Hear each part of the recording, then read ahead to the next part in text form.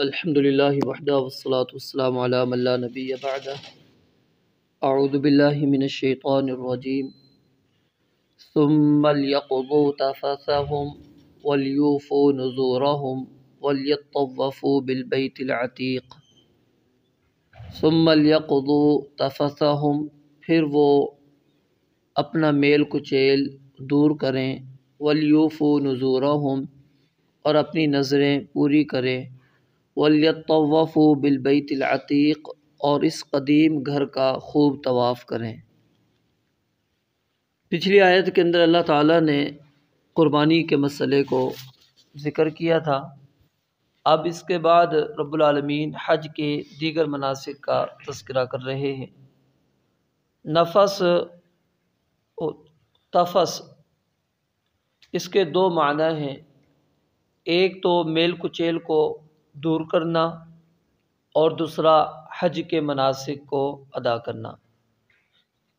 یعنی اگر پہلے میل کچیل کریں گے تو ثم لیقضوا تفثهم، پھر چاہیے کہ وہ اپنے میل کچیل کو دور کریں، کیونکہ احرام باندھنے کے ساتھ ہی کچھ پابندیاں انسان کے اوپر عائد ہو جاتی ہیں۔ وہ سلے ہوئے کپڑے نہیں پہن سکتا، بال ناخن وغیرہ کاٹ نہیں سکتا، خوشبو نہیں لگا سکتا،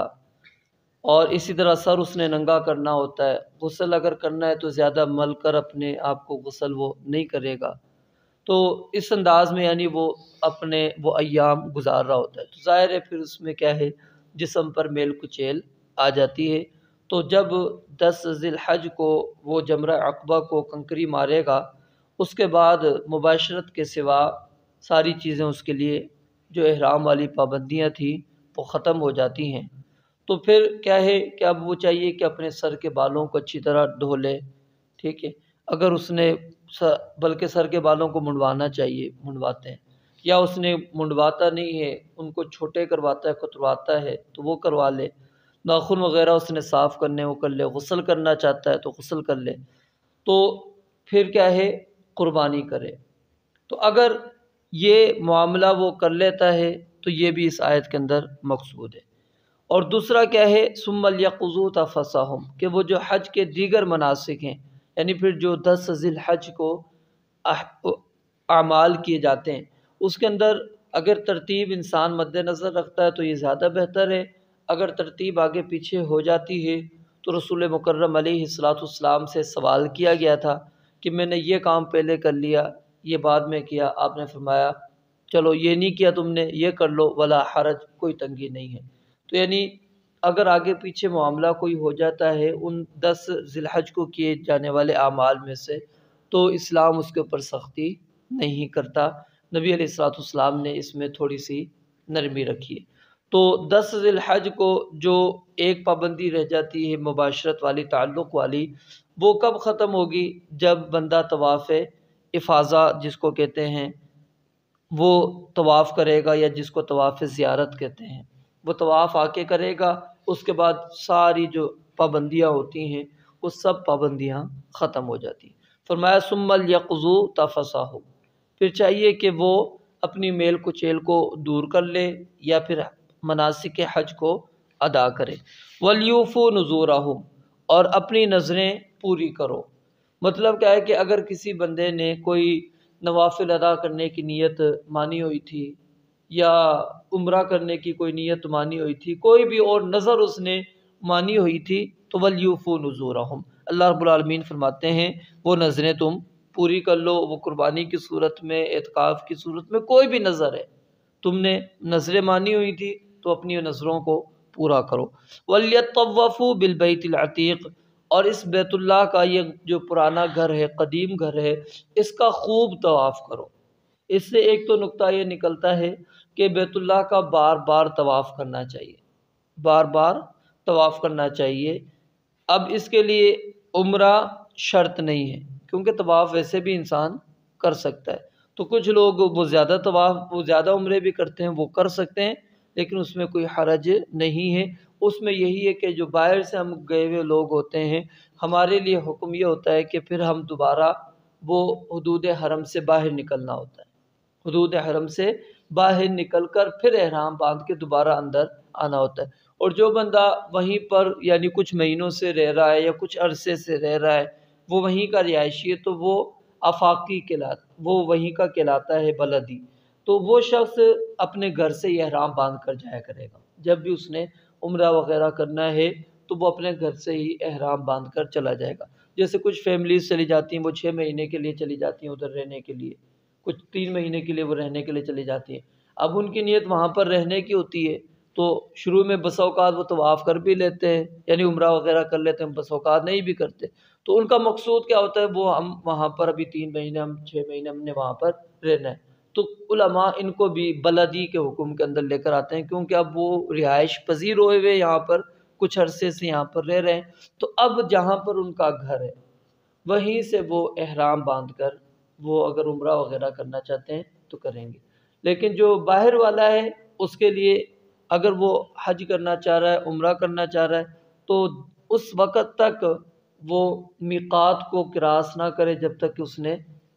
احرام نہ باندھا ہوا ہو۔ اگر وہ کراس کر گیا ہے تو اس کو پھر واپس آنا چاہیے، باہر نکلنا چاہیے، حدود حرم سے میقات پر آئے اور میقات پر آ کر وہ احرام باندھے، پھر اس کے بعد جا کے وہ اپنے جو عمرے کے مناسک ہیں یا حج وغیرہ جو کرنا چاہ رہا تھا پھر وہ انسان وہ کرے گا۔ تو بعد میں بھی اگر وہ کرنا چاہتا ہے، جیسا کہ ہمارے ہاں لوگ کچھ وہ چلے جاتے ہیں مسجد عائشہ کے پاس، یہ غلطی ہے۔ مسجد عائشہ یہ نبی علیہ الصلوۃ والسلام نے میقات نہیں مقرر کیا، یہ تو ایک مخصوص حالت تھی سیدہ عائشہ صدیقہ رضی اللہ تعالیٰ عنہا کی،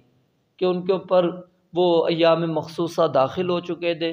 حج کی نیت سے وہ آئی ہوئی تھی، احرام انہوں نے باندھا ہوا تھا، اب ان کے اوپر کیا ہے پابندی لگ چکی تھی۔ اب نبی علیہ الصلوۃ والسلام نے پھر ان کو کہا تھا، ان کے بھائی کو بھیجا کہ جاؤ ان کو وہاں سے جا کر تنعیم سے جو ہے احرام باندھ کر لیا ان کو، تاکہ یہ بیت اللہ کا آ کر طواف کر لیں۔ تو اب اس سے ہم نے مطلق طور پر سمجھ لیا کہ شاید یہ سب کے لیے حکم میں نہیں، اس سے زیادہ یہ نکلتا ہے کہ وہ عورت جو ہے اس کے لیے اجازت ہے، یعنی مرد نہیں ہے اس میں داخل، عورت ہے وہ احرام کی حالت میں داخل ہوئی، لیکن اب اس کے اوپر یہ پابندی آ چکی تھی اس کی وجہ سے، اب جب وہ آزاد ہوگی تو اب اس کو باہر زیادہ جانے کی ضرورت نہیں، وہ مسجد عائشہ پر جائے، وہ تنعیم میں جائے، وہاں سے وہ احرام باندھ کر آ جائے، وہ اپنے معاملات پوری کر لے۔ تو عام لوگوں کے لیے یہ بہت بڑی غلطی ہے جو ہمارے ہاں پائی جاتی ہے، یعنی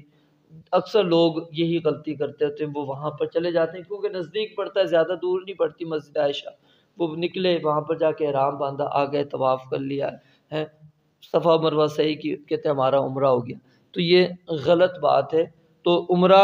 آپ نے اگر کرنا ہے تو باہر نکلے، وگرنہ یہ وَلْيَطَّوَّفُوا بِالْبَيْتِ الْعَتِيقِ وہاں پر موجود ہے تو خوب طواف کر لیں۔ یہ اللہ نے اگر موقع دیا ہے تو طواف وہ انسان کو کرنا چاہیے۔ اور نبی علیہ الصلوۃ والسلام نے اس کے متعلق فرمایا، ایک تو العتیق کا ایک تو ترجمہ کیا ہے، قدیم، پرانا، اور پرانے کی وضاحت وہی ہے کہ یہ سب سے پہلا گھر اللہ تعالیٰ کا اس کائنات کے اندر بنایا گیا۔ اور دوسرا اس کا معنی ہے آزاد، کہ اس کے اندر ہر بندہ آزاد ہے،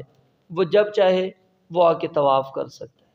جب چاہے وہ آ کے وہ قیام کر سکتا ہے، جب آ کے چاہے وہ اعتکاف کر سکتا ہے، جب بھی چاہے وہ یہاں پر آ کے رکوع سجود کر سکتا ہے، کسی قسم کی کوئی پابندی نہیں۔ اور وہ حدیث بھی میں نے آپ کے سامنے پیش کی تھی کہ بنو عبد مناف کو نبی علیہ الصلوۃ والسلام نے کہا تھا لا تمنعوا احدا، کہ آپ نے کسی کو بھی نہیں روکنا، طاف بہذا البیت، کہ وہ اس بیت اللہ کا طواف کرنا چاہتا ہے، وہ کسی وقت بھی آئے، جس گھڑی میں بھی آتا ہے، آپ رکاوٹ نہیں بننا، اس کو اجازت ہے وہ آ کر طواف کرے، تم روکو نہیں۔ تو کیا ہے، دوسرا معنی آزادی ہے کہ یہاں پر ہر بندہ آزاد ہے، وہ جس وقت چاہے آ کر عبادت کر سکتا ہے۔ تو یہ آزادی کب ختم ہوگی؟ قیامت کے قریب۔ نبی علیہ الصلوۃ والسلام نے فرمایا کہ ایک حبشی شخص اور پتلی پنڈلیوں والا شخص وہ کھڑا ہوگا